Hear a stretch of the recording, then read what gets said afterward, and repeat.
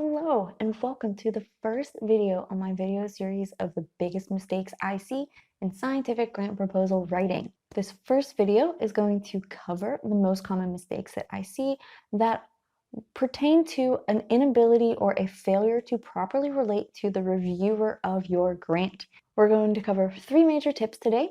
If you like this series and you want to get the rest of the videos on the most common mistakes I see in grant proposals, please subscribe to my channel and you will see those new videos as they are uploaded.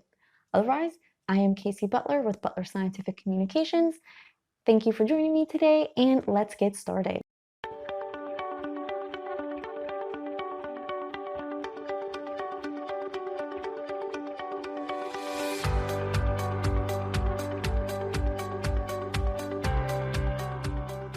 So I mentioned at the very beginning of this video that this part of our grant proposal mistakes video series is about relating to your reviewer. So first, if you haven't already seen my previous video about who the reviewer is for your grant and discussing the mindset that you should be in when you go to write a scientific grant proposal, I do recommend going back and watching that one. I have a link posted below here in this video. Go to and watch that. Otherwise, if you've already watched that, perfect, you are ready to get started with this video. So the biggest mistake that I see in a grant, the number one mistake, is writing the grant to optimize the information that you want to tell somebody without thinking of how that is perceived or accepted by your reviewer. And the way that we're going to fix this is by thinking like a reviewer and having lots and lots of empathy for the reviewers of our grants. So I told you to go back and watch the previous video, but as a quick recap, I want to remind everybody that your grant reviewers are people. They are academics with full-time jobs and families and kids and hobbies, and the time that they spend reading your grants and scoring and judging these grants is time that comes out of their lives, okay? So we want to try to make their life as easy as possible. We want to make it easy for our reviewer to give our grant a good score instead of making it challenging and something that they have to study in depth in order to pull out the information they need to make a solid assessment of our proposal.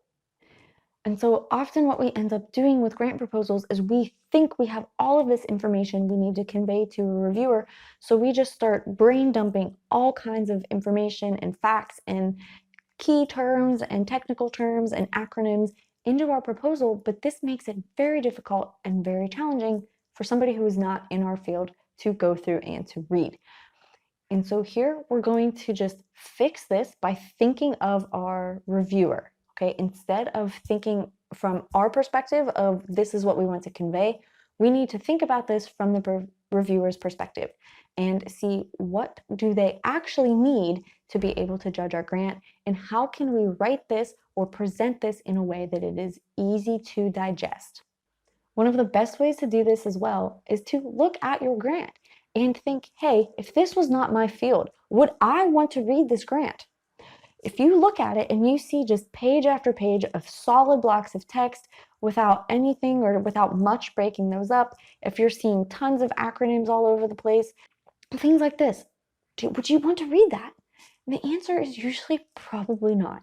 And so don't try to make your reviewer read that same sort of thing, and don't make them have to think for themselves where the important information is or what that important information is, okay? We want to make this clear, we want to make this obvious, and essentially we want to have a lot of empathy for our reviewers and present this information in the most straightforward, clear fashion as possible and eliminate all of the excess that is not necessary for making their decision. Next, mistake number 2. This one is making your reviewer read between the lines to find that key information that they need to know. Okay, the fix here is we're going to make everything obvious. We're going to spell this all out. We're going to give the reviewer subheadings and bold or italic text highlighting the key information that they are looking for in this grant. So your grant call is going to give you a list of things that they're looking for. It's often going to say, like, hey, we want broader impacts, or we want scientific achievements, or we want interdisciplinary aspects or potential pitfalls. Whatever those things are, highlight them, make a note of them, and put subheadings directly into your grant that says those sections, okay? This way, your reviewer's going to be like, okay, I need to judge the broader impacts of this grant. And they're going to open your grant and they're going to be able to go to a section that is labeled broader impacts. And in that section, we are also going to make it a little bit easier for them by making clear statements of what those broader impacts are. We're not going to give long rambling paragraphs where they have to kind of put the information together for themselves. We're going to have a section that says broader impacts, and we're going to have a line that says the broader impacts are, and list them, and have that line be formatted in some way such that when the reviewer turns to that page, it's going to be bold or italics or something. Their eyes are going to go to it. They're going to clearly see that direct statement written out, and they're going to be able to then judge for themselves what the broader impacts are, instead of first having to find the broader impacts, study your grant, sort of put it together for themselves, think about what those broader impacts might be, and then make a decision, okay? We're going to make this perfectly clear.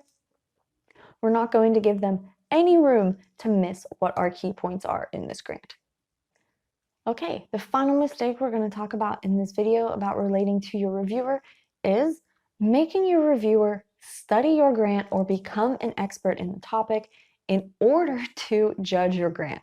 Okay, this happens when grants become very technically detailed, very overloaded. This requires, or grants that are written like this, require your reviewer to actually study your grant. They're going to have to sit there and read it and learn about it. They might have to Google something outside of your grant to figure out what a term means or what something means. This is absolutely what we don't want to do. Everything that your reviewer needs to know needs to be in that grant. We don't want them having to go off and search and research things for themselves because, frankly, if they're running low on time, they're just not going to do it first. And then next, that means they're going to miss key parts of your grant. They're going to miss important things that you wanted them to know. And at the end of the day, this is going to be a controversial statement, but at the end of the day, the details of your grant, the details of your research and what you're going to do not matter. They do not matter until you can convey adequately to another person why they matter. Okay? I know that's probably a controversial statement, but it is very true. So what we want to do is make sure that the why of why this matters is very clear. We don't want people to be studying this. We don't want them to have to do extra work. We want it to just be there and be clear enough that they can see it for themselves and then judge your grant based on that instead of just not having all of the background information. So the way that we're going to fix this is by ruthlessly sacrificing the details of our grant for clarity. Because again, the details are never going to matter unless it's clear why they're there and why they matter.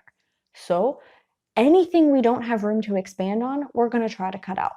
We're going to keep only those really key parts that a reviewer needs and give ourselves the space in our grant to really expand on those points. So if there's something that you're explaining, if there's a term that you only use 1 or 2 times in your grant, you probably don't need it. Cut it out. Also, if that term you've only used 1 or 2 times, see if you even need the section around that term. Maybe you can cut out whole paragraphs or whole chunks or whole explanations here to give yourself more room in other places. If you don't have this space to expand on a key point, is this a key point that you need? Okay, be asking yourself this throughout your grant. Is this clear? Have I explained this enough? If not, do I need it? Okay, first ask yourself if you need it before you go back and ask yourself how you can find the space or make the room to include something. Okay, so here, as a recap relating to our reviewer, a lot of the mistakes I see with grants are just people trying as much as possible to pack information into their grants and forgetting a bit about who is on the other end of that grant and how to sort of appeal to other people. So what I want you to do here, go back, watch my previous video about the mindset for a grant, who's on the other end of your grant to sort of keep that in mind. And then as you're going through your writing, keep these mistakes in mind, okay? Make sure that you are writing something that you might want to actually read yourself, okay? If you are getting bored in sections of your grant, I promise you, your reviewer is going to be bored. Go through and make sure that you have enough detail about the stuff that you do want to discuss, and use that as an excuse to get rid of things that you just don't have the space to go into more detail about. And finally, in the end of the day, just remember that your grant reviewers are people. They're also people with our failings and our limited attention spans, and try to make everything as concise and in the right places and where they are looking for it, so that they can actually judge what you are presenting in your grant and not necessarily how much extra brain space they had that day to learn what was in your grant. So if you like this video, if you want to hear the rest of my mistakes and how to fix them, please subscribe to my channel and you will get notified of the next video coming out, where we're going to first talk about formatting-based mistakes, then we're going to talk about content-based mistakes, and then finally we're going to talk about some of those really detailed mistakes that come up in grant proposals. So see you next time, and happy writing!